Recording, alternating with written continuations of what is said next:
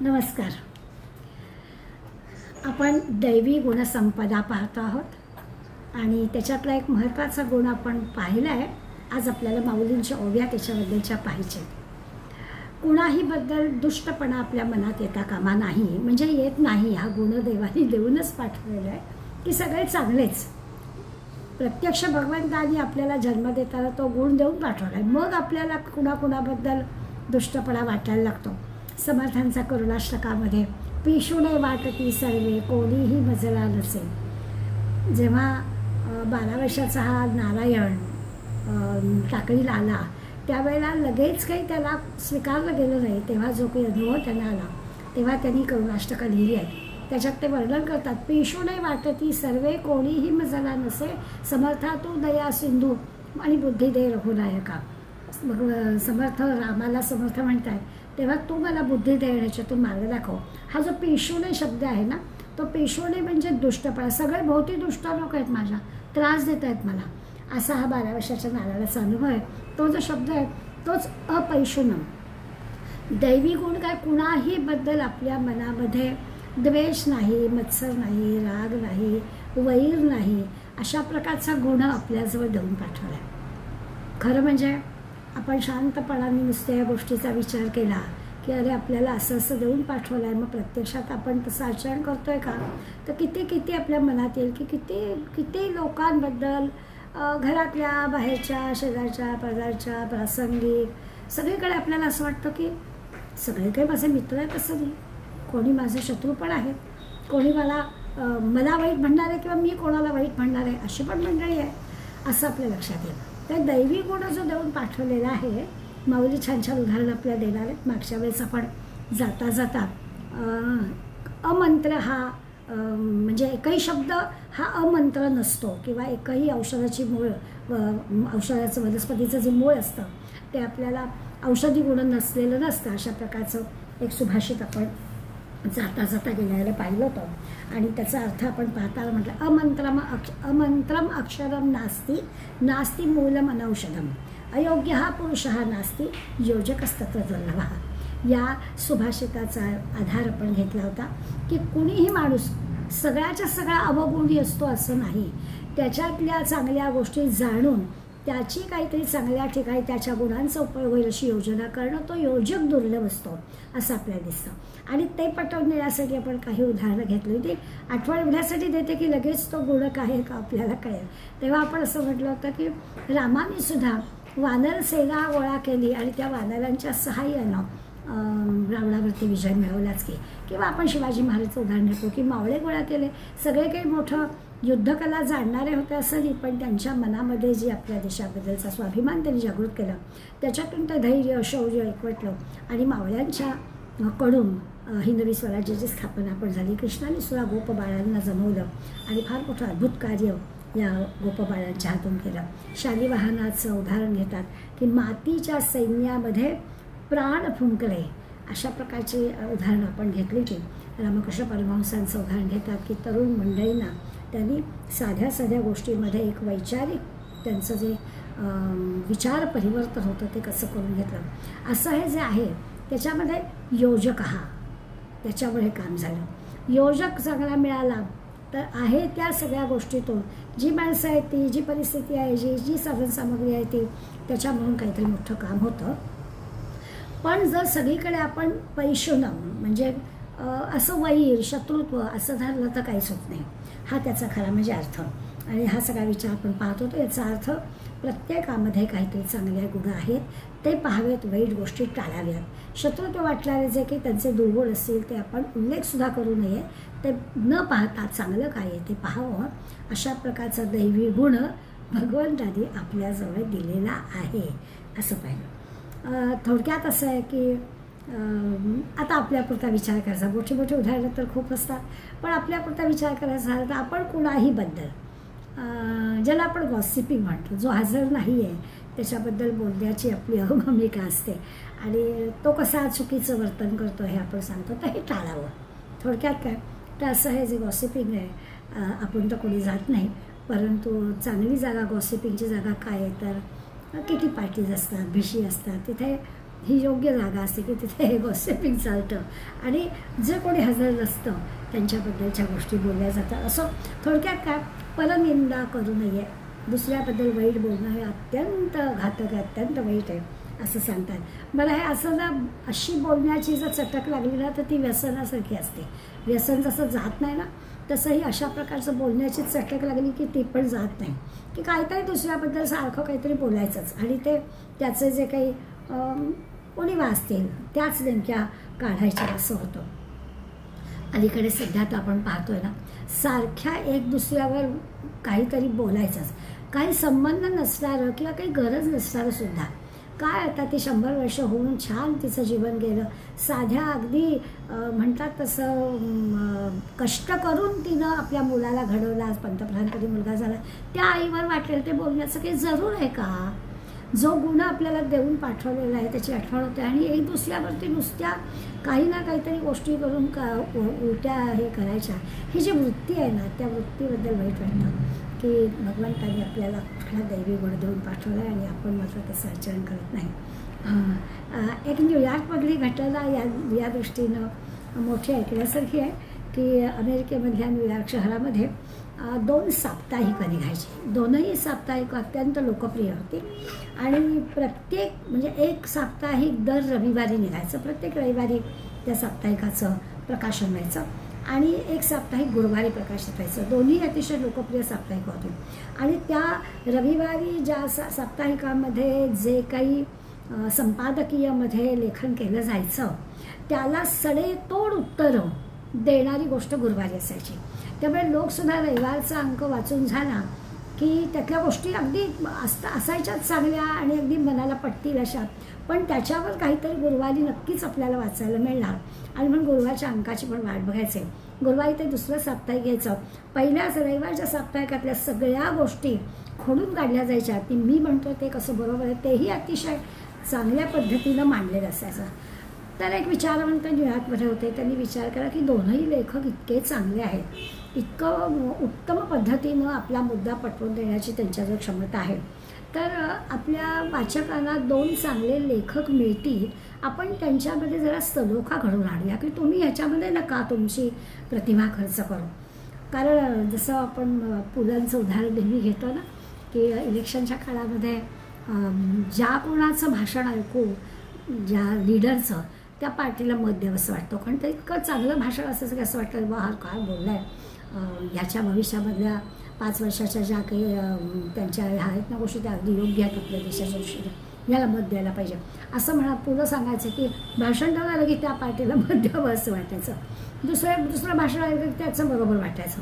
तसं या 2 साप्ताहिकांच्याबद्दल लोकांचं मत झालं. दोन्ही वृत्तपत्रामध्ये अगदी मोठं आवेशपूर्ण आणि आकर्षक असं सगळं लिहिलेलं असायचं. तर यांनी असा एका विचारवंतांनी विचार केला आणि ह्या दोघांना पण एकत्र आणूया आणि त्यांना सांगूया की तुम्ही असं एकमेकांना खोडण्यामध्ये तुमची शक्ती खर्च करू नका. तर सामान्य वाचकाला जर चांगलं काहीतरी वाचायला ऐकायला मिळेल, देशाच्या दृष्टीने विचार केला तर 2 चांगले लेखक देशालाही मिळतील, अशा विचाराने ते दोघांना एकत्र करायचं, चहावरती गप्पा मारायला असं निमंत्रण पाठवलं. संपादकांकडे ते पत्र गेलं, उत्तरही आलं, दिलेल्या दिवशी 2 जण येतील अशा पद्धतीचं उत्तरही आलं आणि मग ठरलेल्या जागी ठरलेल्या ठिकाणी काही निमंत्रित लोक पण बोलावलेले होते. त्यामुळे एक पहिला संपादक आला रविवारच्या अंकाचा आणि मग हा हॅलो झालं झाल्या, आपण थोड्याच कार्यक्रम सुरू करू, दुसरा संपादक आले की असं त्या नियोजकांनी संयोजकांनी जाहीर केलं आणि तेव्हा तो पहिला आलेला संपादक म्हणाला की दुसरं कोणी येणार नाही. तेव्हा सगळ्यांनी प्रश्नार्थक मुद्रेने पाहिलं की असं का, आम्हाला तर पत्र आलेलं आहे संपादकांचं की हो पाठवतो म्हणून आणि येणार नाही असं कसं तुम्ही म्हणता. तेव्हा ते संपादक भाष्य म्हणाले, मीच टोपण नाव घेऊन दोन्ही लेख लिहितो, मीच मला शिव्या देतो, मीच माझे मुद्दे खोडतो, मीच माझी मतं माझी असल्यासारखी मांडतो, मला पैसे मिळतात दोन्ही अंकातून, लोकांचं काय होतं याचा माझ्याशी काय संबंध, मी मात्र दोन्हीकडून पैसे कमावतो असं उत्तर त्यांनी दिलं. हे जे आहे ना हे हा दुष्टपणा आहे, हे अपैशनम आहे. समर्थ आपल्याला जो गुण देऊन आणलं पाठवलं असं म्हणतात त्या गुणाचा योग्य वापर करणं नाही, ही फसवणूक करणं आहे. की आपणच, आपल्या जर प्रतिभाशक्ती आहे, आपल्याला सगळं लिहिता येतं म्हणून आपणच लिहायचं आणि आपणच आपले मुद्दे खोडायचे म्हणून आणखीन एक दुसरा लेख लिहायचा, याला काय म्हणणार. तर अशा प्रकारचा हा जो दुष्टपणा आहे, हा दुष्टपणा करू नये. माऊलींच्या ओव्या आपण पाहणारच आहोत. आणखीन एक असं आहे की आपल्या शक्तीचा असा दुरुपयोग करणं म्हणजे ना दुसऱ्यांच्या जीवनाशी खेळणं आहे. खरोखरच विचारवंत असणाऱ्या मंडळींचे असे लेख वाचून लोकांचं काय होत असेल असा विचार केला तर लोक कुणाचं खरं मानायचं. दोन्ही गोष्टी इतक्या चौकटपणे सांगितलेल्या आहेत. तर जसं आपल्याकडे म्हण आहे की कुणाला वाईट म्हणायचंच नाही. हे जे काही अपैशुनम हा गुणाबद्दल जे सांगतात तर कुणालाही वाईट म्हणायचं नाही. म्हणजे म्हण आहे ना, नकट्याला नकट म्हणू नये, धाकट्याला धाकटं म्हणू नये. तर काही आता धाकट्याला धाकटं म्हणायला काय हरकत आहे. त्याच्या मागचं कारण लक्षात घ्यायचं की तो धाकटा आहे म्हणून त्याला सांभाळून घेतलंच पाहिजे. अशा अर्थाने आपल्याला त्याला सारखं सारखं तू धाकटा आहेस तुला काही कळत नाही असं म्हणण्याचं काही कारण नाही आहे. किंवा चोराला चोर म्हणू नये. ज्याला त्याच्यात तो दिसेल चांगुलपणा कुठेतरी तर त्या चांगुलपणाचा उपयोग करून घ्यावा अशा पद्धतीने. जसं आपण नेहमी म्हणतो की युधिष्ठिर दुर्योधन कधी म्हणत नसे, त्याला सुयोधन म्हणत असे, कधीच नाही वाईट म्हणायचं. तर तोही चांगला आहे असा भाव ठेवायचा. किंवा आपल्याकडे आपण आंधळ्याला आंधळं म्हणत नाही तर सूरदास म्हणतो, किंवा पांगळ्याला पांगळं म्हणत नाही, दिव्यांग असं म्हणतो. किंवा आपल्या मराठीत कुंकू पुसलं असं म्हणत नाही, कुंकू वाढवलं म्हणतो. बांगडी फुटली असं म्हणत नाही, बांगडी वाढवली असं म्हणतो. ही जी काही पद्धत आहे ना तीच त्याच्यामधूनच आपल्याला कळतं की कुणाचे काही वर्म काढणं, कुणाची कमतरता काढणं, कुणाचं दुःख काढणं हे योग्य नाही. दैवी गुण देऊन पाठवल्या की हे करायचंच नाही. म्हणजे करतच नाही तुम्ही, मुळात आपण करत नाही. हे नंतर जर करत असो तर ते कसं चुकीचं आहे हे आपल्याला लक्षात यायला पाहिजे. म्हणजे थोडक्यात असं आहे की एखादी काही कमतरता असली म्हणजे वाईट गोष्ट असली तरी त्या वाईटातून काहीतरी चांगलं आपण निष्पन्न केलं पाहिजे. वाईटातून काहीतरी चांगलं, त्या वाईटाला चांगलं काहीतरी रूप द्यायला शिकलं पाहिजे असा त्याचा अर्थ. म्हणजे जसं म्हणतो चांगला असला, एखादा नापास झालेला मुलगा असला तरी तो सारखा नापास झाला असं म्हणून नाही चालणार. तर त्याला म्हणायला लागेल नाही पुढल्या वेळेस तू नक्की पास होणार आहेस, आता थोडासा प्रयत्न कर, मी तुला मदत करेन पण तू आता पास होणार आहेस असं सांगावंच लागतं ना. सारखं त्याला, जसं आम्ही काही वर्षापूर्वी नापास मुलींची शाळा काढली होती तर मलाही खटकायचं नाही. असं नाही की जो तो आम्हाला तुमची नापास मुलींची शाळा असं म्हणायचे. तर आमच्या एका पुण्याच्या कार्यकर्त्यांनी आम्हाला सांगितलं नाही मीरा, त्याला शाबास प्रकल्प नाव द्यायचं. शाबास, शाळा बाह्य सहाय्य, आणि अशा 3 अध्यक्षरांनी आपल्या प्रकल्पाला नाव दिलं होतं, शाबास प्रकल्प. तर असं एखाद्या असेल काही कमतरता, मिळत असेल कमी मार्क, झालं असेल वर्ष गेलं असेल वाया, पण त्यातून आपल्याला मदत करून चांगलं काहीतरी करता येईल अशा प्रकारचा विचार या गुणातून आपल्याला घ्यायचा आहे. की कोणाचा वर्म काढायचा नाही, कोणाची चूक दाखवायची नाही असं न म्हणता चांगलं म्हणायचं. म्हणजे आपण आता नुकतेच गणपती झाले तर आपण पूजा करताना सुपारीला गणपती म्हणून नाही का पूजा करतो, ही पद्धतच आहे आपल्या. कुठल्याही सत्यांची पूजा केली आधी गणपती सुपारीचा मांडायचा, त्याची पूजा आधी करायची. पुन्हा समर्थांच्या पादुका आपल्याकडे आल्या होत्या त्या आधी कडेला सुपारी मांडली गणपती, त्या सुपारीला सुद्धा किंवा दगडाला सुद्धा देव मानायचं, सुपारीला असा गणपती म्हणायचं. अशी जी आपली परंपरा आहे, अशी जी आपली संस्कृती आहे, आपल्याकडे ज्या पद्धती आहेत या पद्धतीतून आपल्याला कळतं की प्रत्येक गोष्टीला चांगलं रूप द्यायचं, त्याचं काहीतरी कमतरता आहे ती दाखवायची नाही, त्याच्यातून काहीतरी चांगलं निष्पन्न करायचं. आता माऊलींच्या उदाहरणाने आपल्याला आणखीन कळेल. माऊलींचे पण खूप छान छान दाखले त्यांनी दिलेले आहेत. 141व्या ओवीपासून आपण ह्या गुणाचा विचार करणार आहोत. माऊली म्हणतात, आता कदर्थवीत व्याधी बळीकरणाची या आधी आपपरू न शोधी सद्वैद्यू जैसा. पुढली वेळ आधी कळेल, सद्वैद्यू आपपरू न शोधी. जो चांगला वैद्य आहे ना तो आपपर भाव ठेवत नाही, या पेशंटकडून जास्ती पैसे मिळतील म्हणून याला नाही असा त्याच्या मनात पण विचार येणार नाही. तो काय करेल, कदर्थवित म्हणजे त्रस्त करणारी व्याधी, काही असं दुखणं झालेलं आहे, काही अशी व्याधीग्रस्त आहे, काही रोग झालेला आहे, अशा त्रासदायक व्याधीनं जो कोणी त्रस्त झालेला आहे त्या रोग्याचा रोग बरा करणं हे त्या सद्वैद्याचं काम आहे. त्याच्यामध्ये तो जराही आपपर भाव ठेवणार नाही. समोर आलेला जो कोणी आहे रोगी त्याला बरं करणं, तो कसा आहे, श्रीमंत आहे का गरीब आहे, आपले पैसे बुडवेल का देईल, काही तो विचार करत नाही सद्वैद्य जो असेल तो. आता ही ओवी सध्याच्या काळामध्ये आपल्याला जरा आश्चर्यचकित करणारी वाटली, पण आपल्या सारखं मनात भय असतं की अरे काय हे आपल्यावर प्रयोग तरी चाललेलं आहे, आपल्या हे औषधी बरं वाटणार आहे ना, असे संशय हल्ली मनात यायला लागले. पण कसं नाही, तर माऊली ओवी सांगतात की जो सद्वैद्य आहे, जो चांगला डॉक्टर आहे, तो हा विचारच करते. मला या ओवी वाचताना आपल्या नालंदा कॉरिडॉरच्या कथा आठवली. आपल्याकडे जे नालंदा विश्वविद्यालय, त्या विश्वविद्यालयाचं सगळं जाळून टाकलं विश्वविद्यालय. ही कथा 12व्या शतकातली आहे, अगदी बरोबर. आता गेल्या 10 वर्षामध्ये त्याचा पुन्हा तो कॉरिडॉर तयार केला आणि मग ह्या घडून गेलेल्या घटनेबद्दलची माहिती आम्हाला पुन्हा एकदा मिळाली. हा जो नालंदा विद्यापीठ जाळणारा आहे बख्तियार खिलजी, याचं काय झालं, तर तो म्हणे आजारी पडला आणि निरनिराळ्या ठिकाणच्या वैद्यांनी औषधं दिली, काही केलं, पण त्याचं दुखणं काही बरं झालं नाही. प्रसंग असा सांगतात की नालंदा विद्यापीठामधल्या जो कोणी एक ह्या वैद्यकीय शाखेतला प्रमुख होता त्याला त्यांनी आमंत्रित केलं आणि ह्यांनी हात तर लावायचा नाही, नुसतं बघून औषध द्यायचं. आणि ठीक आहे म्हणाला, तर नाडी परीक्षा तरी करायला हवी ना, आपण बख्तियारने सांगितलं नाही, हात नाही लावायचा त्याने आणि त्यांनी औषध मात्र द्यायचं. पण आपली संस्कृती अशी आहे की हा सद्वैद्य ना, ह्यांनी काय करावं, इतका बुद्धिमान होता आणि त्यांनी असं म्हटलं की तुम्ही रोज नमाज पडताना म्हणजे वाचताना तुमचा, हो वाचतो ना म्हणाले. आणि मग त्यांनी तो ग्रंथ मागून घेतला आणि त्या ग्रंथाच्या पानाला औषध लावलं. त्यांनी सगळं निरीक्षण केलं होतं त्या बख्तियारचं, तोंडात बोट घालून हा पान उलटतोय आणि तेवढ्या याच्यावर ते औषध त्याच्या पोटात गेलं, तो बरा झाला. ही गोष्ट जेव्हा त्या बख्तियारला कळली तर तो तर बरा झाला, त्याचा काय व्हायचं ते झालं.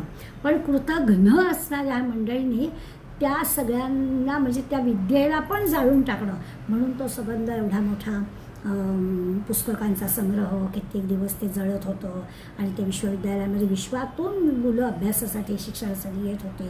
आज जशी आपली मुलं अमेरिकेतनी बाहेरच्या देशामध्ये शिकायला जातात, त्या काळामध्ये भारतामध्ये मुलं शिकायला येत होते आणि ते सगळं जे उद्ध्वस्त केलं, हा सगळा इतिहास आता आपण खऱ्या अर्थाने जो कळला आपल्याला तो असा झाला.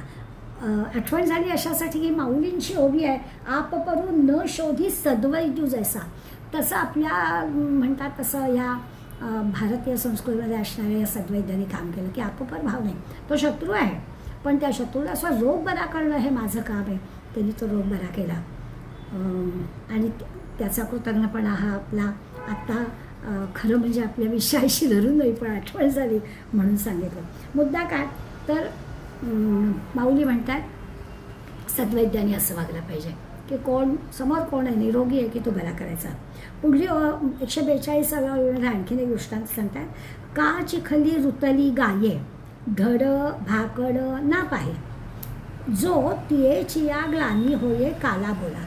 काला बोला म्हणजे कासावी झाली. कोणी एक चिखलामध्ये गाय पडली आहे, रुतली आहे आणि ते पाहून ज्याचं अंतःकरण जराही व्यथित होणार नाही असं असणारच आहे ना. त्याला असं वाटलंच की काहीतरी प्रयत्न करावे, 4 लोकांना बोलून आणावं, दोरी आणावी आणि तिला वाचवावं, तिला त्या चिखलातून बाहेर काढण्याचा तो प्रयत्न करणारच.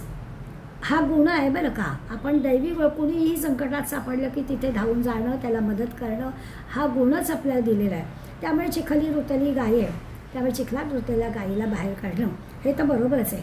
त्यावेळेला हा काढणारा माणूस ती गाय दुभती आहे का भाकड आहे याचा विचार करत नाही, त्या क्षणाला गायीला वाचवणं एवढंच त्याचं काम असतं. आपण ज्या अपैशूनं या गुणाचा विचार करतोय, अपैशू कुणाही बद्दल अपपर भावच नाही. आपल्याला काय त्याचा उपयोग आहे, ती गाय कुणाची आहे, कशाला पाहिजे, हा विचारच नाही करायचा. त्या क्षणाला आपण मदतीचाच हात पुढे करायचा. आणखी उदाहरण देत आहे. नाना बुडत याते सकरणो न पुसे अंत्यजू का ब्राह्मणो, काढून राखे प्राणू हेची जाण. बुडणारा माणूस आहे तर त्याला दयेने त्याला मदत केलीच पाहिजे. तो अंत्यज आहे, कुठल्या जातीचा आहे, ब्राह्मण आहे का, हा विचारसुद्धा त्याच्या मनामध्ये येत नाही. त्याचे प्राण वाचवायचे हीच आत्ता त्याच्यासमोर मोठी गोष्ट असते. ते आपलं कर्तव्य आहे. नाना बुडत आहे ते सकळ होऊन न पुसे अंत्यजो का ब्राह्मणो, काढून राखे प्रमाणू ह्याची जाण. त्याला आधी बाहेर काढायचं हेच त्याचं कर्तव्य आहे असं म्हणतात. बघा, सद्वैद्य असू दे, सामान्य माणूस चिखलात उतरलेला गाईला काढताना असू दे, किंवा कोणीही संकटात सापडलेला माणूस असतो, त्याला वाचवणं हे पहिलं आपलं काम आहे. ह्याला अपरिश्रम म्हणायचं. त्याच्यातून काही मिळणार नाही आहे. मिळालं नाही मिळालं त्याचा विचारच करायचा नाही आहे, हा त्याचा अर्थ. आणखीन एक उदाहरण की महावनी पापीये उघडी केली विपाये, ते नेसविल्या विण न पाहे शिष्ठू जैसा. वेगळंच म्हणजे बाहुलींच्या काळातलं हे उदाहरण आहे. खरोखर अंगावर काटा आणणार आहे. ते म्हणतात, एखाद्या दुष्ट माणसाने एखाद्या गरीब अबलेला की महावनी पापी, वनामध्ये एखाद्या पाप्याने उघडी केली विपाये, एखाद्या अबला स्त्रीला जर विवस्त्र केली आणि त्या अवस्थेमध्ये ती अबला जर दिसली तर तिचं शरीर झाकल्याशिवाय सज्जन स्वस्थ बसत नाही. जो सज्जन आहे तो त्याच्या मनामध्ये, त्याच्या नजरेमध्ये त्याच्या वाईट येणारच नाही. त्या क्षणालाच आपली आई बहीण आहे, कोण आहे हा विचार पहिल्यांदा काय करेल तर तो आठवण होते. बघा, ही ओवी वाचताच आठवेल. आपण मंडोलेकर महाराजांचं चरित्र वाचलं आहे, पुस्तकं जेव्हा आपण वाचत होतो त्यावेळेचा तो प्रसंग आहे. कराडच्या दुसंगे नावाच्या एक बाई होत्या आणि विधवा बाई होत्या. त्यांना एक 20 वर्षाचा तरुण मुलगा होता आणि असं आहे की कोणाचा धाक नाही, वडील नाही, त्यामुळे कोणाचा धाक नाही, वाईट संगत लागली होती आणि त्यामुळे त्या बाई त्या 20 वर्षाच्या मुलाला महाराजांकडे घेऊन आल्या. महाराजांना सांगितलं की वडील नाही आहेत आणि या मुलाला आता संगत चांगली लागलेली नाही आहे, तुम्ही काहीतरी सांगा. त्यामुळे महाराजांनी ना त्याला अगदी पाठीवरून हात फिरून गोड शब्दात सांगितलं. तरुण आहे मुलगा, 20 वर्षाचा आहे, पण महाराजांचं बोलणं असं काही गोड होतं की ते म्हणाले की बाळा, मला ना तुझ्याविषयी फार प्रेम वाटतं. तू असं कर, रोज सकाळी आईला पाया पडत जा बरं का, ऐकशील ना एवढं माझं, असं फार मोठ्या प्रेमाने सांगितलं. आणि जेव्हा केव्हा तुला असं अस्वस्थ वाटेल ना तेव्हा तू माझ्याकडे येत जा बरं का, हा राम आहे ना तो आपल्याला सांभाळतो. असं महाराजांनी खूप प्रेमाने त्या मुलाला सांगितलं आणि त्या प्रेमळ शब्दांचा असेल पण मुलावर चांगलाच परिणाम खरं म्हणजे झाला. 4 महिने झाले आई आणि तो मुलगा गोंदिवल्यामध्ये राहत होते. तीर्थक्षेत्राच्या ठिकाणचं अन्न गेलं ना पोटात की माणसाचे विचारही बदलतात. पण 4 बाहेरने आई गेले. हा मुलगा महाराजांकडे असायचा. मधून लक्षात असं महाराजांचं आलं की हा गायब होतो आहे. कधीतरी 4-8 दिवसांनी एखादा हा मुलगा दिसत नाही आहे. एक दिवस असं झालं, महाराजांच्या मनात आलं की आता ह्याला शोधून काढला पाहिजे. एकादशीचा दिवस होता. संध्याकाळी उशिरापर्यंत, रात्री उशिरापर्यंत भजनाचा वगैरे कार्यक्रम चाललेला होता आणि त्याची संधी साधून हा गायब झाला मुलगा. उशिरा रात्री भजन वगैरे संपलं, लोकांची निजारीत झाली, कुणाच्या इतरांच्या लक्षात सुद्धा आलं नाही, पण महाराजांच्या लक्षात आलं आणि महाराज रात्री कंदील घेऊन निघाले. खूप ठिकाणी त्यांनी पाहिलं. महाराजांना असं वाटलं कुठेतरी रस्त्याच्या वसईला, कुठेतरी मंदिराच्या पडवीत कुठेतरी हा झोपला असेल, समजा काही दारू प्यायला असेल, काही असेल तरी पडला असेल असं वाटलं. परंतु सापडेना आणि एका धर्मशाळेमध्ये एका स्त्रीबरोबर आणि बघू नये अशा अवस्थेत त्यांनी पाहिलं. महाराजांनी काय केलं तर पटकन अंगावरची छाती काढली आणि त्या मुलीच्या अंगावर टाकली. मुद्दा काय, मला ही ओवी वाचताना आठवण झाली की महावनी पापीये उघडी केली विपाये, की चर्चा करत बसणं, कोण आहे काय आहे, रागावणं, त्याला काही मारणं, 4 शब्द बोलणं काहीच नाही. शांतपणे ती छाती बघून दुसऱ्या दिवशी जो काही परिणाम व्हायचा तो झाला. क्षमा मागायला तो आला, चूक झालेली त्याच्या लक्षात आली वगैरे वगैरे. त्या आपण जे काही 141, 142, 143 आणि 44 या 4ही ओव्यांमध्ये पाहिलं त्याच्यात आपल्या लक्षात येईल की आपल्याला त्या क्षणाला जे योग्य आहे ना तेच करायचं आहे. बुडतोय माणूस तर त्याला वाचवायचं आहे. तो गाय तिथे चिखलात होती आहे तर तिला आपल्याला वाचवायची आहे. समोर रोगी दिसतोय आणि मला औषध माहिती आहे तर त्या रोग्याला बरं करायचं आहे. अशा प्रकारचं स्त्री अशी दिसते तर तिचं लज्जारक्षण करायचं आहे. अशा प्रकारचं जे आहे त्याला म्हणायचं अपरिश्रम. कोणाहीबद्दल ते कोण आहे, काय आहे, परिणाम काही विचार काय, त्या क्षणाला दुसऱ्याचं भलंच करायचं, याला अपैशून्य असं म्हणतात. अजून पुढल्या ओळ्या बघूया. तैसे अज्ञान प्रमादाधिकी का प्राक्तनहीन सदोखे निंदत्वाच्या सर्व विखी खेळिलेचे. 145 उभी आहे. माऊली म्हणतात की अज्ञान प्रमादीने, अज्ञान आणि चुका, प्रमाद म्हणजे खूप घोर चुका, आणि अज्ञान म्हणजे आधी अज्ञान आहेच आणि त्यात चुका, असं असलं की मग काय होतं, प्राक्तनहीन सदोखी, स्वाभाविकच अज्ञान पण आहे आणि चुका पण होत आहेत, म्हणजे सगळं दुःखदायकच आहे, नशीबच म्हणतात तसं फिरलेलं आहे. आणि मग त्यामुळे अशा निंदेला, लोकांची निंदा होणं स्वाभाविक, निंदत्वाच्या सर्व विखी खेळलेचे, अशामुळे लोक निंदा करणारच, सगळ्याच बाजूनी गोंधळ, अज्ञान पण आहे, चुका पण होत आहेत, नशीब पण दुर्दैवच आहे. तया अंगिका आपुले देऊन या भले विसर विजती सले सबलिती. असा जो कोणी आहे, अज्ञानी आहे, चुका करतोय, दुर्दैवीच आहे बिचारा, त्याला सुद्धा मदत करायची. अंगिक आपुले देऊन या भले, अंगिक करायची, मदत करायची. काय मदत करायची? जी लागेल ती मदत तयार करायची, आणि जेणेकरून त्याला त्याच्या दुःखाचा विसर पडेल अशा पद्धतीची मदत करायची. किती टोकाचं उदाहरण माऊली आपल्याला सांगतायत की तो अज्ञानी आहे, चुका करतोय, त्याचं दुर्दैवी करंट आहे, तरीसुद्धा सर्व प्रकारची मदत त्याला करायची, त्याच्या दुःखाचा त्याला विसर पाडेल इतकी मदत करायची, आणि तो सुखी होण्याचा प्रयत्न करायचा. जो काही त्याला सल आहे, दुःख आहे, ते दूर करण्याचा प्रयत्न करायचा. माऊली आपल्याला अगदी मला काय करायचं आहे, हा जो काही आपला हल्ली असतो ना विषय, तर माऊली आपल्याला आठवण कोण देतं, ते नाही चालणार, आपल्यालाच ते हे करायचं आहे, आणि त्याचं दुःख दूर होईल इतकी मदत त्याला करायची. आगा पुढीलाचा दोरक करून आपली दिठी चोरक मग घापे अवलोकू तयावरी. पुढल्या ओळीत म्हणताय पुढीलाचा म्हणजे समोरच्याचा तो जो आहे त्याचा दोष दोखू म्हणजे हा जो काही दोष असेल, आपली दिठी चोरको, ते काय करायचं, त्याच्याकडे दिठी दुर्लक्ष करायचं. दिठी चोरक करायची म्हणजे दुर्लक्ष करायचं. समोर असणाऱ्या माणसाच्या जे काही दोष असतील त्या दोषांकडे दुर्लक्ष करायचं. मग घापे अवलोकू तयावरी, आणि काय करायचं, अवलोकन त्याच्याशी मैत्री पण करायची. म्हणजे दुर्लक्ष करायचं तर आपण काय करू, फार तर सोडून देऊ, आपण त्या फंदातच पडायचं नाही, असं आपले शब्द असतात. माऊली आपल्याला सांगतात समोरच्या माणसाच्या अंगी काही दोष आहेत आणि ते आपल्याला कळले तर त्याच्याकडे दुर्लक्ष करायचं आणि त्याच्याशी मैत्री करायची. म्हणजे जे चांगलं आहे त्याच्यापुरती का होईना त्याच्याशी मैत्री करायची, ह्याला अपैशून्य म्हणायचं आहे. असं नाही चालायचं की जाऊ दे ना, आपण फंदातच नको पडूया, नाही ना आपलं जमत आहे त्याच्याशी, असं नाही करायचं.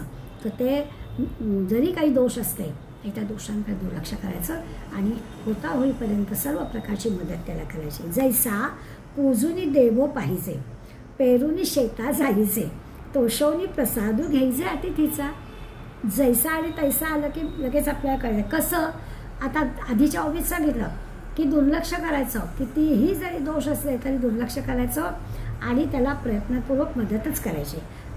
कसं करायची, तर पूजुनी देव पाहिजे, तर देवाची पूजा करायची, पेरून शेतात जायचे, आणि मग शेतात पेरणी जसं करतो तशी शेतात पेरणी करायची. आता शेतात पेरणी करून स्वाभाविकच पेरणी केली की फळ मिळणारे ही आशा असतेच ना, आणि त्याच्यासाठी तिकडे जायचं, तसं पूजा करायची. आणि पूजा कशासाठी करायची, प्रसन्नतेनं पाहण्यासाठी. तवशोनी प्रसादू पाहिजे अतिथीचा, किंवा अतिथी आहे त्या अतिथीला आपण संतुष्ट करायचं. का करायचं, तर त्याला त्याचा आशीर्वाद घ्यायचा आहे. हे जसं करतो जैसा करून 3 आपल्याला उदाहरणं ते का आपण हे सगळं करायचं, तर पेरणी करायची, चांगलं फळ मिळतं, अतिथीला प्रसाद द्यायचा, त्याचा आशीर्वाद घ्यायसाठी, देवाची पूजा करायची, कारण ती पूजा बघितलं की आपल्याला प्रसन्न वाटण्यासाठी. तैसे आपुलेनी गुणे पुढीलाचे उणे फेरून या पाहणे तयाकडे. हे जसं आपण करतो त्याप्रमाणे आपल्या आमच्या गुणांनी किंवा जे काही आपल्याकडे साधनं काय जे काही आपल्याचं असेल त्यांनी समोरच्या माणसाच्या मधली जी काही उणीव असेल, तैसे आपुलेनी गुणे पुढीलाचे उणे, त्या समोरच्या म्हणजे आपल्याला जो कोणी भेटणार आहे त्याच्यामध्ये जी काही उणीव असेल ती उणीव आपल्याकडे असेल त्या साधन सामुग्रीने दूर करायची. फेरून या पाहणे त्याकडे. अशी ती उडी भरून काढून मग मोठा आदराने त्याच्याकडे बघायचं, त्याला कमी लेखायचं नाही. त्याला आपल्या वृत्तीनं, कृतीनं, बोलण्यानं कशानेच त्याला काही कमतरता आहे दर्शवायचं सुद्धा नाही. तर त्याला काय करायचं, मोठ्या आदराने त्याच्याकडे पाहायचं. वाचुनी न विंधीजे वर्मी, नातोडी जे अकर्मी, न बोलविजे नामी सदोषितेही. इतकंच नाही, म्हणजे ते तर आदराने पाहायचंच, त्याच्याकडे सगळ्या प्रकारची मदत करायची. पुढे म्हणताय इतकंच नाही तर वर्मी म्हणजे त्याला लागेल असं बोलायचं पण नाही, त्याला झोंबेल असे शब्द वापरायचे नाही, कोणाचं वर्म काढायचं नाही. त्याचा जो काही चुकीचं वागणं झालेलं आहे, अनाचार झालेला आहे त्याचा उल्लेखसुद्धा करायचा नाही, किंवा काय पापाचरण झालं असेल काही त्याचा उच्चारसुद्धा आपल्याकडून करायचा नाही. त्याला वाईट वाटेल असं काहीही आपल्याकडून होता कामा नये असा प्रयत्न करायचा. वरी कोणे एके उपाये, पडिले ते उभे होये, तेच की जे परी घाये नेदावे वर्मी. जो कोणी असा पतित आहे, दुराचारी आहे, पापी आहे, काही वाईट घडलाय त्याच्या हातून, त्याला ज्या काही उपायानं पुन्हा कसा उभा करता येईल असाच आपण विचार करायचा. वरी कोणे एके उपाये, पडिले ते उभे होये. जो पतित आहे त्याला पुन्हा मार्गावर आणायचं. तो पतित आहे त्याच्याकडून घडलेल्या गोष्टीला उपचार पण करायचा आणि पुन्हा त्याला कसं मार्गी मांडता येईल, पुन्हा कशी त्याच्यात सुधारणा होईल याचा प्रयत्न करायचा. उपाय योजायचे आणि नेदावे वर्मी, त्याचं वर्म काढायचं नाही असं सांगतात की जे परी घाये नेदावे वर्मी. उपाय शोधून त्याला पुन्हा उभं करायचं. पै उत्तमाची यासाठी नीच मानी जे किरीटी, हे वाचोनी दिठी दोषू न घेपे. अर्जुनाला सांगतायत भगवंत की उत्तमाची यासाठी, आता या उत्तम पुरुषाची मनामध्ये तुलना आणायची, त्या मनानं कोणी उत्तम आहे कोणी कनिष्ठ आहे. नीच मानीचे किरीटी, अर्जुना म्हणतात की हा उत्तम आहे हा कनिष्ठ आहे असा भावच नाही मनात आणायचा. पै उत्तमाची यासाठी नीच मानीचे किरीटी, हे वाचोई दिठी दोषू न घेपे. ते म्हणतात काय आहे, असा भाव मनात आला की आपली दृष्टी दोषी ठरेल ना, त्यामुळे त्यांच्या दोषाकडे दुर्लक्षच करायचं अशी आपली दृष्टी ठेवायची. सर्व समान दृष्टी ठेवायची. हा वरिष्ठ आहे, हा कनिष्ठ आहे, हा चुकीचं वागणारा आहे असा काही भावसुद्धा मनात आहे, त्याच्या दोषांकडे दुर्लक्ष करायचं. जर ते दोष आपल्याला दिसले तर आपली दृष्टी दोषी होईल, त्यामुळे आपल्या दृष्टीला दोष आणायचाच नाही. दोषू न घेपे. आगा अपैशून्याचे लक्षण अर्जुना हे पुढे जाणं, मोक्ष मार्गीचे सुखासन मुख्य आहे. हा जो गुण आहे ना, म्हणजे खरे 26 गुणच अभ्यासनीय आहे, पण या गुणांच्या मधल्या या शेवटच्या 153व्या ओवीत माऊली आपल्याला वेगळाच विषय सांगतात. ते म्हणतात की अरे अर्जुना, हा जर आपल्याला जमला नाही, अपैशून काय हे जर आपल्याला कळलं ना, तर ह्या अपैशूनाचा फायदा असा आहे की मुमुक्षूंना मोक्ष मार्गाचं सुखकर वाटचाल मिळणार आहे. असं जर आपल्याला वागता आलं, कुणाही जीवाचा न घडो मत्सर वर्म सर्वेश्वर पूजनाचे, हे जर जमलं ना तर ती भगवंताची पूजाच आहे. कुणाचंच वर्म काढायचं नाही, कुणालाच वाईट म्हणायचं नाही, कोणी कनिष्ठ नाही, कोणीच वाईट वागलेला नाही. त्याला उभं कळलं असलं आपल्याला तरी ते वाईट काढून टाकून त्याच्यातलं चांगलं शोधायचं. हे जर जमलं ना तर ही मोक्षमार्गाचीच वाटचाल आहे असं माऊली सांगतात. म्हणजे असं करणाऱ्याची साधना एवढी प्रगत झालेली आहे की त्याची दोषदृष्टीच गेली ना, त्याच्या दृष्टीला वाईट काही पडतच नाही, वाईट काही दिसतच नाही असा त्याचा अर्थ आहे. त्या दुसऱ्यांविषयी फक्त चांगलाच भाव, मनामध्ये दृष्टीमध्ये चांगलाच भाव आहे, ह्याला अपैशून म्हणायचं. असं जमलं तर मोक्षाकडची वाटचाल सुरळीतपणानं सहज मिळेल असं म्हटलं. सगळ्या आपण 145 पासून 153 पर्यंत पाहिलं तर आपल्या लक्षात येईल की शेवटच्या ईश्वरप्राप्तीचा मार्ग सुकर होत आहे. इतका हा म्हणजे कठीण असणारा गुण असल्यामुळे असेल, पण माऊलीने खूप साऱ्या उदाहरणांनी आपल्याला तो पटवून दिला. साधक जर भक्तिमार्गी असेल तर खरंच सर्वांमध्ये त्याला भगवंत दिसेल. साधक जर ज्ञानमार्गी असेल तर त्याला स्वस्वरूप दिसेल सगळीकडे. साधक जर कर्ममार्गी असेल तर सगळ्यांबद्दलचा सेवाभाव त्याच्या मनात येईल. साधक कुठल्याही मार्गाने असू दे तो मोक्ष मार्गाने जाणार. ही सेवा म्हणजे जणू की ईश्वर सेवा आहे असं त्याला पक्क लक्षात येईल आणि त्याचं काम होईल. थोडक्यात काय तर कोणाला दोष देऊ नये. दोष दिसले तर आपल्या दृष्टीला तो दोष लागेल असा विचार करावा. जसं आपण म्हणतो ना की मुखातून वाईट बोलायचं नाही, कारण आपलं मुख वाईट होईल ना. आपल्या मुखातून एखादा शब्द गेला वाईट तर कसं काय. कालच मी धनश्री लेलेचं एक भाषण ऐकत होते यूट्यूबवर. तर काल तरी छान प्रसंग सांगितला. प्रसंग होता असा की बहिणाबाईंचा मुलगा सोपानदेव चौधरी, आणि बहिणाबाई भाकरी करत होते आणि सोपानदेव बाहेर अंगणामध्ये मित्रांबरोबर खेळत होते, आणि काहीतरी अर्वाच्य शिवी सोपानदेवांच्या मुखातून आली. मात्र ह्या बाई उठल्या, आईसाहेब कालथा गरम होताच तिथे, तो चांगला आणखीन गरम केला निखाऱ्यावर आणि अंगणात आली. सोपानदेवांच्या लक्षात आलं की आपण चुकीचं बोललो आहे, आपण बोलता म्हणून तोंडावर असा हात धरला सोपानदेवांनी.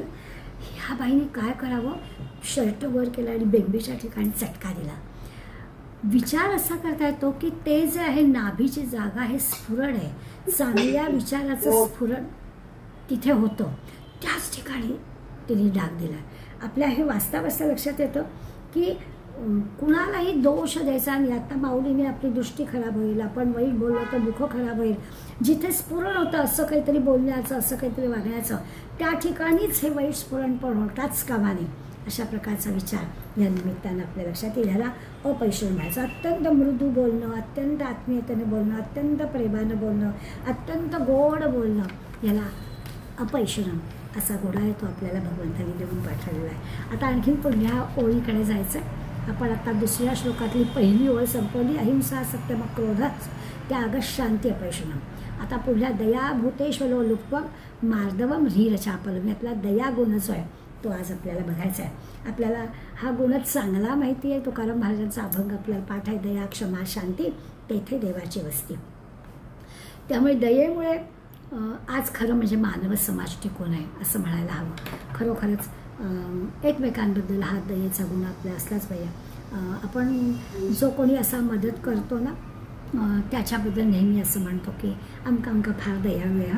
म्हणजे त्याच्या दारावरून कोणी गेलं तरी रिकामं जाणार नाही असं आपण एकमेकांबद्दल बोलतो, ऐकतो, म्हणतो.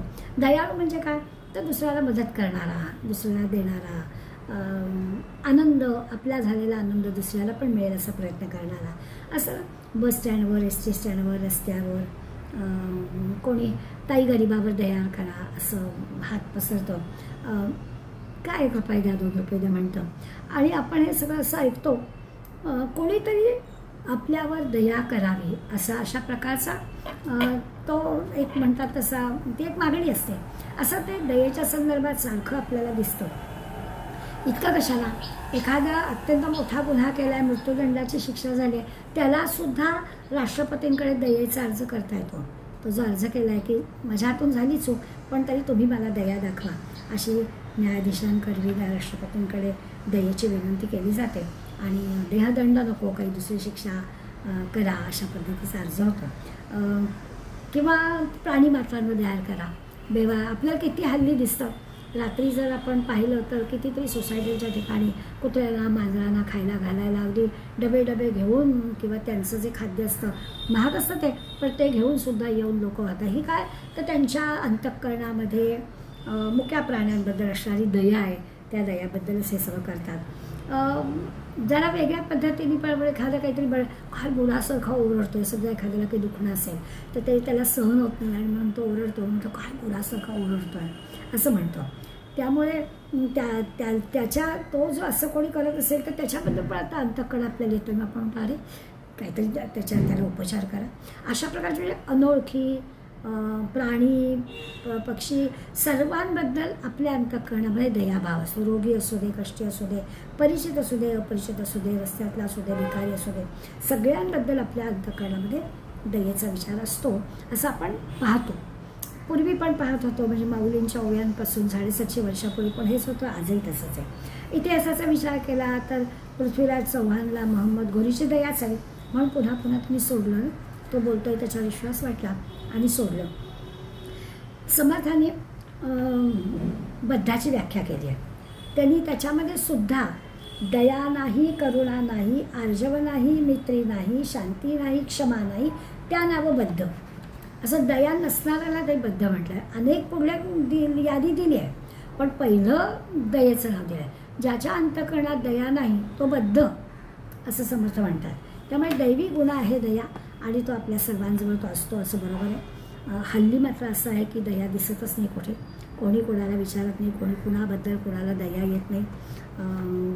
म्हणजे आपल्या परिवारापुरतं, आपल्यापुरतं किंवा आपलं काही धार्मिक हे असेल तर तेवढ्यापुरतं, त्याच्यातून काहीतरी आपल्याला प्राप्ती मिळावी तेवढ्यापुरतं, असं साधू सज्जनांची किंवा अशा प्रकारची काहीतरी मदत करणं वगैरे असं करत असतो. पण बाकी त्या भगवंताबद्दल किंवा अशाबद्दल एवढाच भाव मनात असतो. बाकी असं आत्ता जसं आपण म्हटलं की परिचित असू दे नसू दे,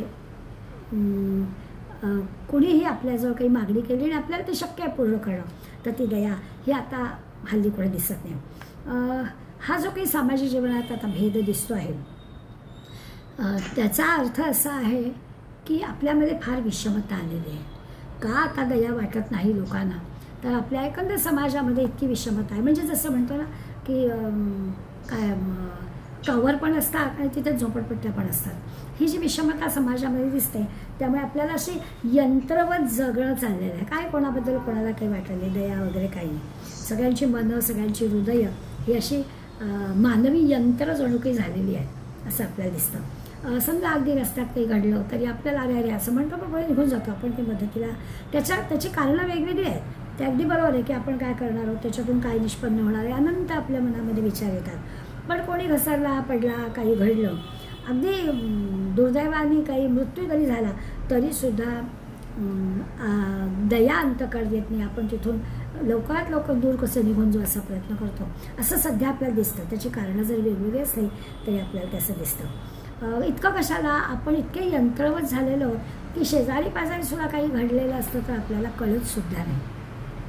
म्हणजे कधी कधी मनात येतं की आपल्या भावना ब्लॉक झालेत, आपण फ्लॅट झालेलो आहोत. काही नाही, आपण फ्लॅटमध्ये राहतो, ब्लॉकमध्ये राहतो. याचा अर्थ आहे की आपल्या सगळ्या ह्या अशा प्रकारच्या ज्या काही भावना आहेत त्या ज्या सहज जन्माबरोबर आलेल्या आहेत त्यासुद्धा सध्या नाही आहेत. किंवा आणखीन थोडासा अजून खोल विचार केला तर पैशासाठी काहीही आपला फायदा झाला की झालं, बाकीच्यांचं काही का होईना. मनामध्ये दया नसतेच. म्हणजे पैसा कमावण्यासाठी खोटी औषधं देणं असं हे होतं, तर अंतकरणात दया नाही ना दुसऱ्याबद्दल, म्हणून असं करत आहे. खाद्यपदार्थांमध्ये भेसळीचं किती आपण रोजच्या रोज आपण पाहतोय.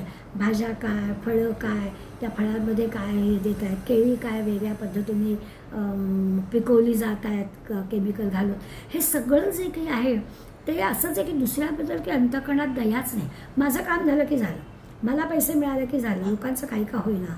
ही जी काही वृत्ती आहे ना, त्या वृत्तीमध्ये दया कुठे दिसतच नाही.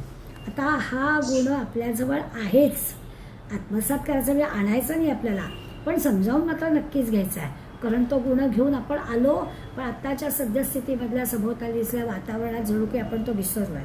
मग आपल्याला काय काय करायला हवं, तर आत्ता म्हटलं तसं की आपण निस्वार्थी असायला हवं. माझा फायदा झाला की झालं असा विचारसुद्धा मनात येता करा. दुसऱ्याचा काहीतरी विचार आला पाहिजे की आपल्यामुळे, म्हणजे जसं तुकाराम महाराजांचं उदाहरण आपल्याला कळतं. दुष्काळ पडला होता, महाराज सगळा समाज त्रस्त झालेला होता. महाराजांकडे लोक आली आणि महाराजांनी आपलं कोठार होतं धान्याचं, ते उघडून दिलं आणि विचारही जराही केला नाही. किती अंतकरणात दया असेल की मला एकट्याला काय करायचं आहे, घेऊन दे.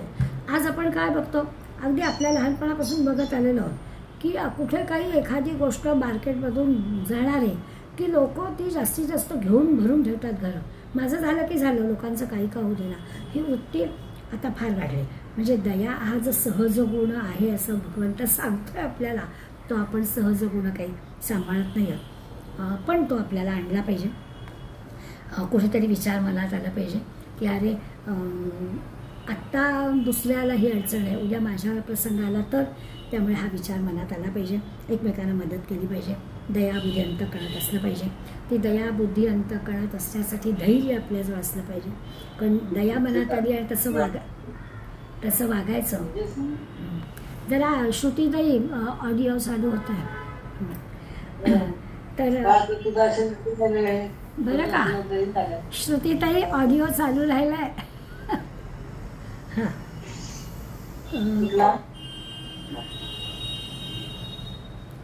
हां आपण असं पाहत होतो की ही दया आपल्याला आहे. नाथांच्या चरित्रामध्ये नाथांच्या चरित्रात आपण पाहतोच की त्या वाळवंटामध्ये एक मुलगी बिचारी पडली होती आणि म्हणजे रडत होती. तेव्हा नाथांचं हृदय कळवळलं आणि नाथांनी पटकन ते गेले, मुलीला कडेवर घेतलं. लोक सांगतायत अहो ती महाराजची मुलगी आहे. लोकांच्या बोलण्याकडे नाथांनी अंतःकरणात दया होती. नाथांनी जराही धैर्य होतं नाथांजवळ पक्क, समाजाला काही म्हणू दे. नाथांनी त्या पोरीला जवळ घेतलं, घरी आणलं, आंघोळ घातली, खायला प्यायला घातलं आणि ज्याची होती नाऊमाखू घालून, खाऊ पिऊ घालून ज्याची होती त्याला नेऊन दिली. महाराजच्या मुलीला स्पर्श पण करायचा नाही, अशा प्रकारचं भय नाही त्याने अंतःकरणात ठेवलं. लोक काय म्हणतील, काही म्हणू देत, आत्ता त्या जीवाला वाचवलं पाहिजे. माझ्या अंतःकरणात ती दया असं पाहिजे, त्या दया दाखवण्यासाठी धैर्य पण असलं पाहिजे, असं आपल्याला नाथांच्या ह्याच्यातून कळतं. याचा अर्थ असा आहे की आपल्याला दुसऱ्याचं सुख ओळखता आलं पाहिजे. फक्त आपण आपल्या सुखाचा नाही विचार करायचा, तर आपल्या सुखाबरोबर किंवा आपल्या सुखापेक्षा सुद्धा अधिक दुसऱ्याच्या सुखाचा विचार आपल्या मनात आला तर त्याला दया म्हणायचं. दुपारची वेळ आहे, भूक लागलेली आहे, खुसखुशीत गाकर तयार झालेले आहेत आणि कुत्रा गाकर घेऊन जातो आहे, तर त्या तुकारामांचंच बिचाऱ्यांचं मन हे झालं ना आणि तुपाचं टोप घेऊन गेलेला. तर हे सगळं, ही जी दयाबुद्धी आहे, या दयाबुद्धी आपण घेऊन आलो आहे, त्याचं स्मरण पुन्हा पुन्हा करणं आणि तसं आचरण आपल्याला करणं हे गरजेचं आहे. म्हणजे ती दयाबुद्धी दुसऱ्याचं दुःख दूर करण्यासाठी किंवा दुसऱ्याचं दुःखाची तीव्रता आपल्याला कळण्यासाठी आवश्यक आहे. म्हणून तुकाराम बुडती हे जन पहावे ना डोळा, असा कळवळा तुकाराम महाराजांचा येतो की ह्या लोकांचं हे दुःख बघवत नाही आहे. अशी दया अंतःकरणात असली पाहिजे. माऊली यासंबंधी छान छान दृष्टांत आपल्याला देतात. त्या दृष्टांताचा आपण विचार करू. 154 उभी आहे. आता दया ते ऐसी पूर्ण चंद्रिका जैसी, निवविता न कडसी साने थोर. माऊलींचे गाणी निसर्गातल्याच उदाहरण देतात. ते म्हणतात आता दया कशी असते बघा बरं. पौर्णिमेच्या चंद्राचं चांदण, पूर्ण चंद्रिका जैसे, पौर्णिमेच्या चंद्राचं जसं चांदण असतं ना, तशी ती दया. ते कसं शांत आनंद देणारं चांदण असतं, तशी ही दया असते. निवविता न कडसी साने थोर. असं ते जे काही चांदण्याचा जो आनंद मिळतो ना, आता तो आनंद, चांदण्याचा जो आनंद आहे तर ते चंद्राला त्याचं काही नाही, तुम्हा आम्हाला तो आनंद मिळत आहे. तसं सज्जनांना किंवा काय चोरांना, कोणी का असे ना, त्यांना तो आनंद द्यावा. तर चांदण्याला विचार करताय का की मी आनंद देतोय ना, तो फक्त यांनीच फक्त आनंद घ्यायचा, बाकीच्यानी नाही, सगळ्यांना देतो तो. तसं दया असली पाहिजे की सगळ्यांवरती आपण दया करायची आहे. माऊलीनं असं सांगायचं, निवविता न कळसे, विचार नाही करायचा. साने थोरं, लहान आहे, थोर आहे, चांगला आहे, वाईट आहे, दुष्ट आहे, सज्जन आहे, दुर्जन आहे, काहीच नाही. सगळ्यांचं निवविणं, सगळ्यांना शांत करायचं. जसं पौर्णिमेचा चंद्र सगळ्यांना शांत करतो, तो अजिबात मनामध्ये आणत नाही ना की मी ह्यांनाच फक्त शांती देईन, समाधान देईन, पौर्णिमेचा आनंद देईन, यांना देणार नाही. तसं करायचं की सगळ्यांना आनंद द्यायचा.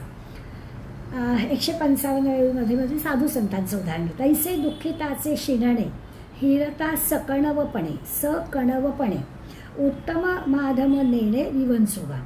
इथे मग अशी पौर्णिमेच्या चंद्राचं घेतलं. आता साधू संतांवर सांगतात की ती जशी चंद्राची दया असते ना, हे चंद्र सगळ्यांना सारखंच देतो ना, तसं दुःखितांचे शिणणे, दुःखितांचं जे दुःख आहे, त्रस्तपण आहे, दुःख आहे, हिरता सकणवपणे, ते हरण करायचं. अत्यंत दयाळू, कणव अत्यंत दयाळू अंतःकरणाने दुसऱ्याचं दुःख, दुःखितांचं दुःख हरण करायचं. कुठेही लहान मोठा भेद मानायचा नाही, उत्तम मध्यम नेणे असा विचार पण करायचा आहे. सगळ्यांचं दुःख साधू संत जसं करतात, आता आपण अनंत उदाहरणं पाहिलीच, त्या उदाहरणांचा अर्थ लावायचा की साधू संत जसं समोरच्याची जी काही दुःख आहे, त्रस्तपण आहे, ते दूर करणं हे करतात, तसं करावं. पै जगी जीवना सारिखे वस्तू अंगवरी उपखे, परी जाते जीवित राखे तृणाचे. आणखी ते उदाहरण छान देतात. ते म्हणतात पाणी काय करतं, जीवन म्हणजे पाणी, जीवनासारिखे वस्तू अंगवरी उपखे, परी जाते जीवित राखे तृणाचे. ती पाणी वाफ होते पाण्याची, हां, पण गवतासारखी क्षुल्लक जरी गोष्ट असली आणि ती अग्नीमुळे नष्ट होत असली तर त्याला ती वाचवते. म्हणजे पाण्याचीच वाफ होते ही गोष्ट खरीच आहे. म्हणजे पाणी स्वतःला संपवून टाकतं. सूर्याच्या उष्णतेने पाण्याची वाफ होते, म्हणजे ते पाणी स्वतःला संपवतं. जगी जीवनासारखे वस्तू अंगवरी उपके, वस्तू स्वतःच नाश पावते. सूर्याच्या उष्णतेने पाणी नाश पावतं. पण दुसरीकडे असं आपल्याला दिसतं, जाते जीवित राखे तृणाचे. पण गवत, क्षुल्लक गवत आहे खरं, ते जर नष्ट होत असेल तर त्याला वाचवते. म्हणजे पाणी असा विचार करत नाही की या क्षुल्लक गवतासाठी मी माझं जीवन कशाला नष्ट करू. याला दया असं म्हणतात. नाहीतर त्या वाफेचे ढग बनणार, ढगाचा पाऊस पडणार वगैरे वगैरे, जलचक्र चालणारच आहे. तेच पाणी क्षुल्लक गवताला पण वाचवत आहे आणि त्याच पाण्याची वाफ होते, त्याच पाण्याचे ढग बनतात. स्वतःला त्रास झाला तरी चालेल, दुसऱ्याला मदत करणं ही दया आहे. हे असं नुसतं चुकचुकणं नाही, मनाला नुसतं वाटणं नाही, प्रत्यक्ष कृती करणं. तैसे पुढीलाचे नि तापे, कळवळली ये कृपे, सर्वस्वेसी दिधलेही आपण पे थोडेची गमे. आता म्हणतात की कळवळा येतो कोणाला दुःखी माणसाला पाहिलं की ज्याला असं दुःख होतं, कळवळा येतो. आणि खरोखरच जो कोणी मदतीला जातो, आपलं सर्वस्व तैसे पुढीलाचे नि तापे, कळवळली ये कृपे, सर्वस्वेसे, आपल्या त्याला मदत करताना अगदी आपलं सर्वस्व देऊन मदत करतो. आणि एवढं करून सुद्धा आपण काहीच केलं नाही असं मानतो. ती दया.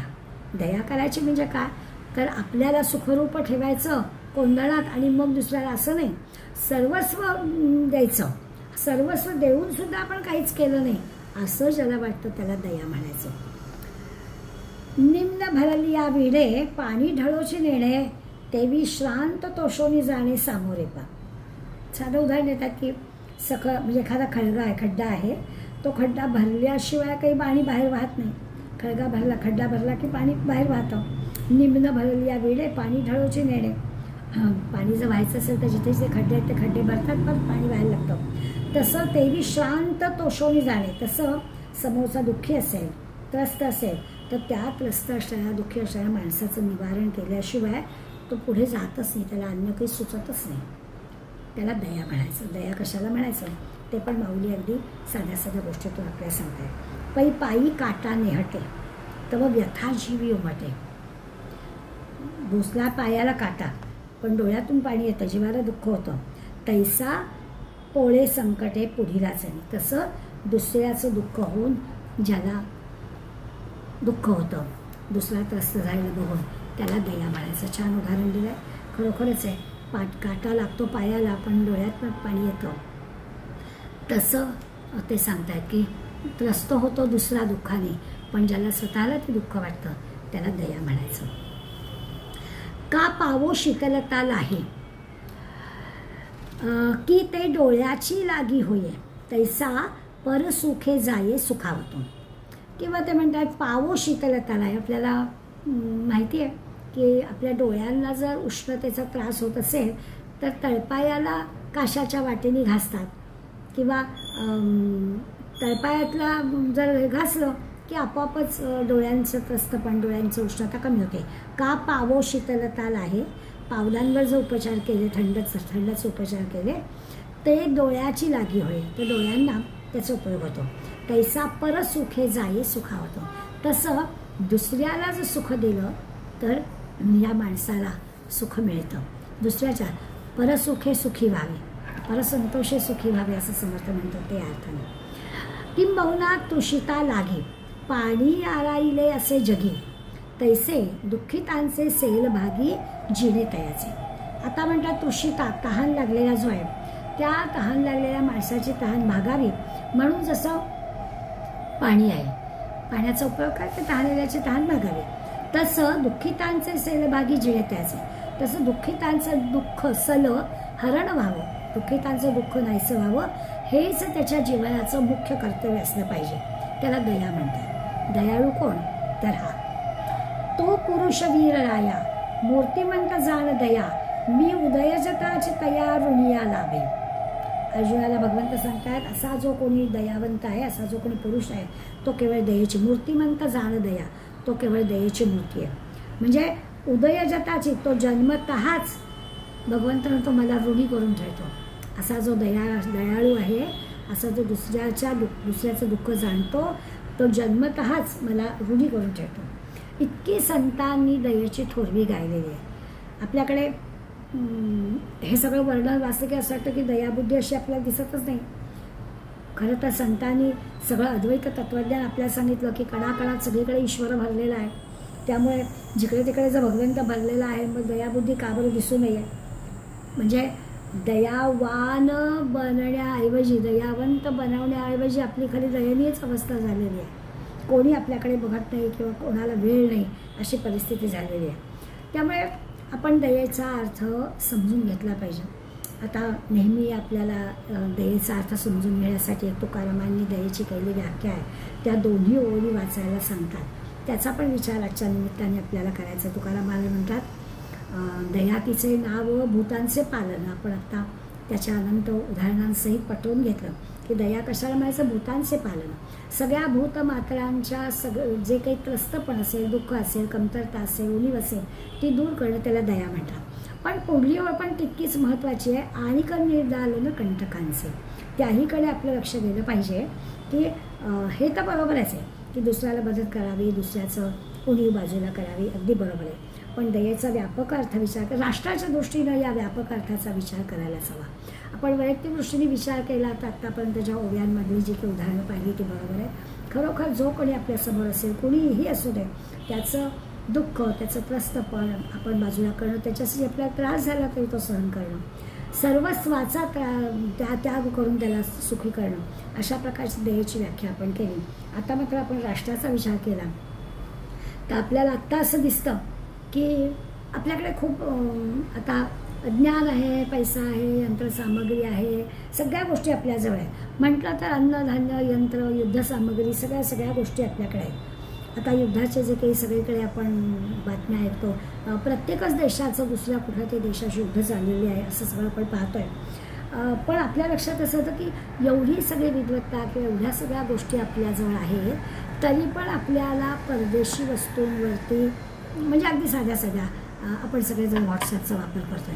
हे व्हॉट्सॲपसुद्धा आपल्याला परदेशी आहे. म्हणजे या गोष्टी तरी आपण आपल्या तयार करणं याची आवश्यकता आहे. परदेशी वापर न करता कुठल्याही देशावर आता अवलंबून राहता स्वतःच्या लागणाऱ्या सगळ्या गोष्टी आपल्या स्वतःच्या देशामध्ये झालं पाहिजे. कारण आता कोणी दया आपल्याला दाखवणार नाही. सद्यस्थिती जी आहे ती पाहता आपण स्वबळावर उभं राहायला पाहिजे. आत्ता ज्या काही आपण पाहिल्या, दया दाखवायचं तर समोरच्या जी काही कमतरता आहे ती दूर, आणि तिने पाहिलं आपण की एखादा करंट आहे, अज्ञानी आहे, त्यालासुद्धा दया दाखवावं असं माऊलीने सांगितलं आहे. तर सहज गुण आहे आपला.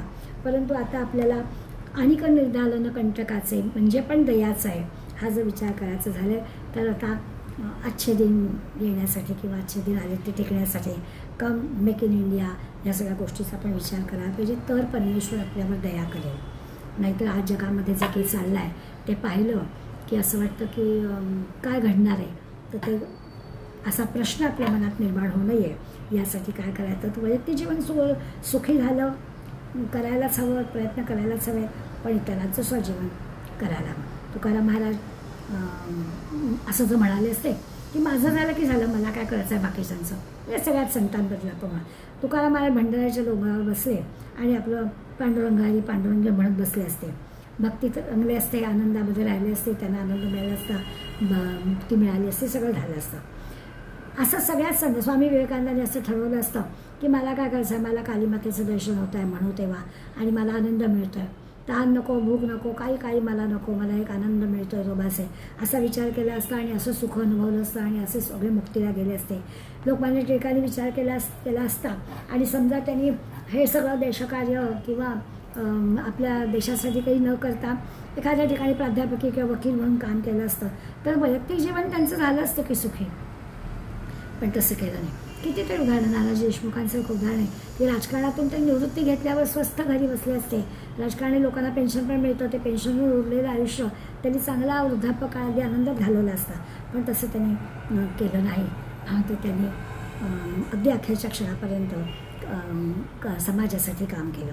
अशी सगळ्या मंडळी किंवा जे क्रांतिकारक झाले, काय चाफेकर बंधू झाले किंवा वासुदेव फडके झाले, सावरकर झाले, अगदी डॉक्टर हेडगेवार झाले, या सगळ्यांचं दिसं आपल्याला गोळवळकर गुरुजी झाले, या सगळ्या अनंत मंडळींनी स्वतःचा विचार केला नाही.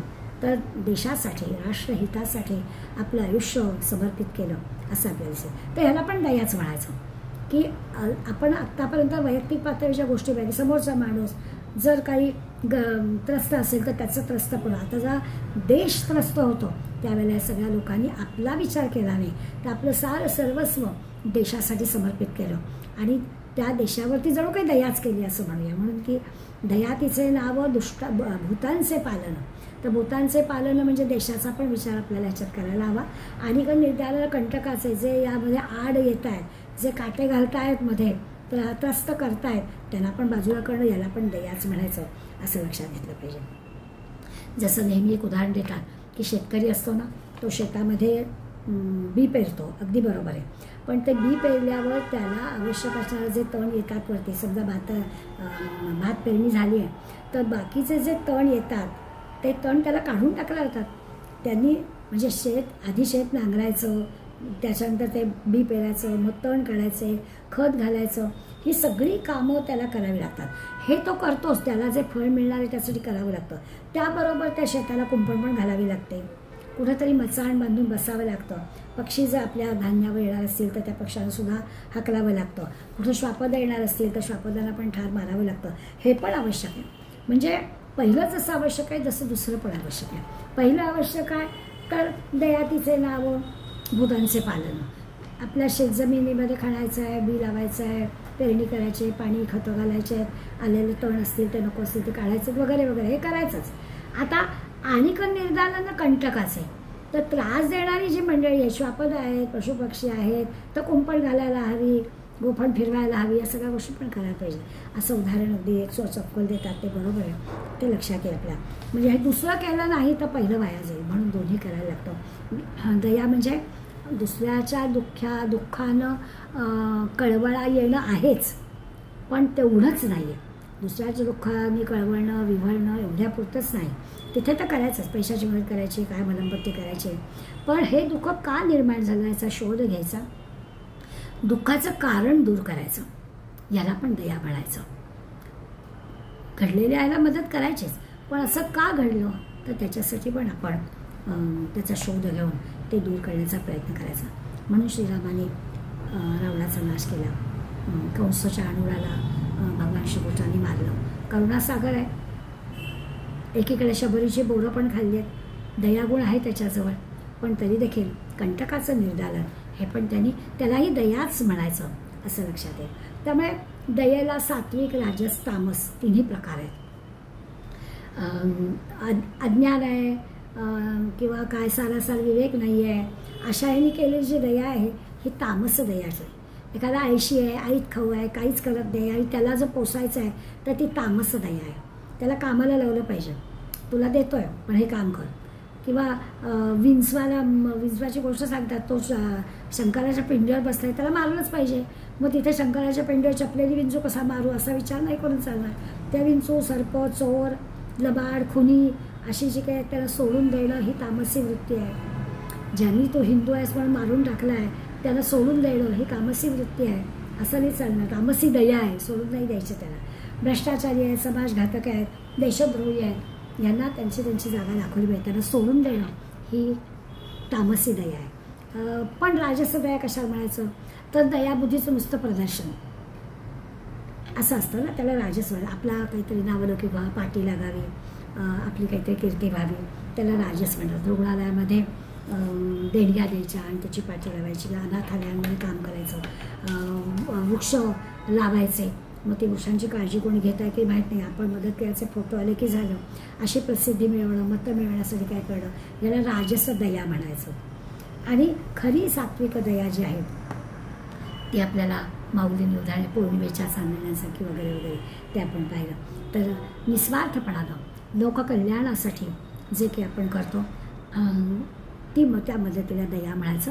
त्याच्यामुळे दुष्टांचं निर्दालन आणि सज्जनांचं रक्षण या दोन्ही गोष्टी आल्या पाहिजे. जसं आपण मागच्या वेळेस दधीची ऋषींचं उदाहरण घेतलं होतं. स्वतःला त्रास झाला पण सज्जनांच्या रक्षणासाठी त्यांनी आपलं स्वतःचं देह अर्पण केला, कुठला हेतूचा मनात ठेवला नाही. ही जी काही याला सात्विक दया म्हणायचं. माऊलींच्या ओव्यांमधला उदाहरणांचा भाग तर आपण पाहिलाच आहे. त्यामुळे आपला दया हा शब्द काय, दया आता पुढला जो आहे त्याच्यानंतर अलोलुपतम हा गुण आहे. तो आपण दया भूतेषु लोलुपतम असं हे आहे, त्याचा तो गुण आपण पुढल्या वेळेस पाहूया. आज आपण या 2 गुणांचा अभ्यास केला. 141 पासून 162 पर्यंतच्या ओव्या घेतल्या. आता काकांच्या ओव्या वाचल्या की आपल्याला त्याचा अधिक अर्थ कळेल. धन्यवाद.